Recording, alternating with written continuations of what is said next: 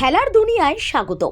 প্রত্যেকদিন আইপিএলে নিত্য নতুন ঘটনা ঘটেই চলেছে। কোনো দল জিতছে, কোনো দল হারছে, হারার পর কাটাছেঁড়া হচ্ছে, কোনো দল জিতে উল্লাস করছে, কেউ প্লে অফে যাওয়া নিশ্চিত করছে, কারোর প্লে অফে যাওয়া ক্রমশ অনিশ্চিত হচ্ছে। এর মাঝেই কলকাতা নাইট রাইডার্সের দিকে বড় সড় অভিযোগ। কি বলুন তো, শাহরুখ খানের দল নাকি নিজের দলের প্লেয়ার অসুস্থ থাকা সত্ত্বেও জোর করে তাকে মাঠে নামিয়েছে।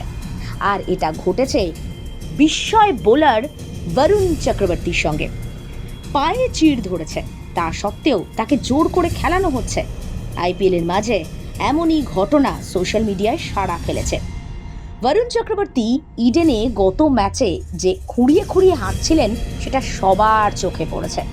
তিনি এমন কিছু ভালো পারফরমেন্সও করতে পারেননি। তবে হ্যাঁ, কেকেআর ম্যাচ জিতেছে বটে, তার অনেকটাই ক্রেডিট বিদেশি খেলোয়াড় এবং প্রথমে ব্যাট করে কেকেআরের রানির পাহাড়। কিন্তু প্রশ্ন হচ্ছে, যদি অসুস্থই আছেন বরুণ, তাহলে তাকে কেন খেলানো হচ্ছে? কেন্দ্রীয় চুক্তিভুক্ত ক্রিকেটার হওয়া সত্ত্বেও কিভাবে তাকে খেলানো হচ্ছে এ প্রশ্ন উঠছে। কারণ বরুণ তো শুধু আইপিএল খেলেন না, তিনি এরপর দেশের হয়ে খেলবেন। সেখানে দাঁড়িয়ে তিনি যদি চোট নিয়ে খেলেন, পরবর্তীতে তো দেশের জার্সি গায়ে খেলতে সমস্যা হতে পারে। তাহলে কেকেআরের বিরুদ্ধে কি বড় সড় পদক্ষেপ নেওয়া হতে পারে? শনিবারের ম্যাচে বারবার দেখা গেছে বল করতে গিয়ে খোঁড়াচ্ছেন বরুণ। 4 ওভার করেছেন তবুও। পরের মাসে আয়ারল্যান্ড এবং ইংল্যান্ড সফরে ভারতের 7টা টি20 রয়েছে, সেখানে বরুণ খেলবেন। তাহলে কেন তাকে আইপিএলে খেলিয়ে যাওয়া হচ্ছে? বোর্ডের এক কর্তা সংবাদ সংস্থাকে বলে, কেকেআরের ফিজিওর সঙ্গে ভারতের ফিজিও যোগাযোগ রয়েছে।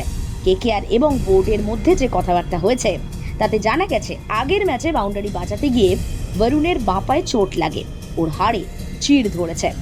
যেহেতু ও কেন্দ্রীয় চুক্তিভুক্ত ক্রিকেটার, তাই ওর ফিটনেস সবার আগে থাকা উচিত। যেহেতু বরুণ টি20-র স্পেশালিস্ট বোলার, তাই আফগান সিরিজে তাকে নিয়ে সমস্যা নেই। কিন্তু ইংল্যান্ড সফরের আগে তিনি সেরে ওঠার যথেষ্ট সময় পাবেন কি? প্রশ্ন উঠছে। ইংল্যান্ড সফর শুরু হচ্ছে 26শে জুন থেকে। যখন রান আপেই এত সমস্যা, তাহলে বোলার নিজে কেন বল করা বন্ধ করলেন না? শনিবার 4 ওভারে 47 রান দিয়েছেন, মাত্র 3টি ডট বল দিয়েছেন। এখন প্রশ্ন হচ্ছে, বরুণকে কি পরের দুটো ম্যাচে পাওয়া যাবে? উত্তরটা অজানা।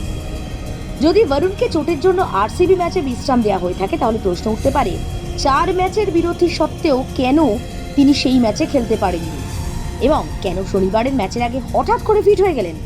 কেকেআরের কাছে সব ম্যাচ কার্যত মরণ বাচন, খাতায় কলমে প্লে অফের জন্য তারা টিকে আছে। কিন্তু বোর্ড অনুমতি দিচ্ছে কিভাবে? কেকেআরের বাকি ম্যাচ মুম্বাইয়ের বিরুদ্ধে আগামী 20শে মে এবং দিল্লি ক্যাপিটালসের বিরুদ্ধে আগামী 24শে মে। দেখা যাক এখন সেদিন বরুণকে নাইটদের জার্সিতে মাঠে দেখা যায় কিনা।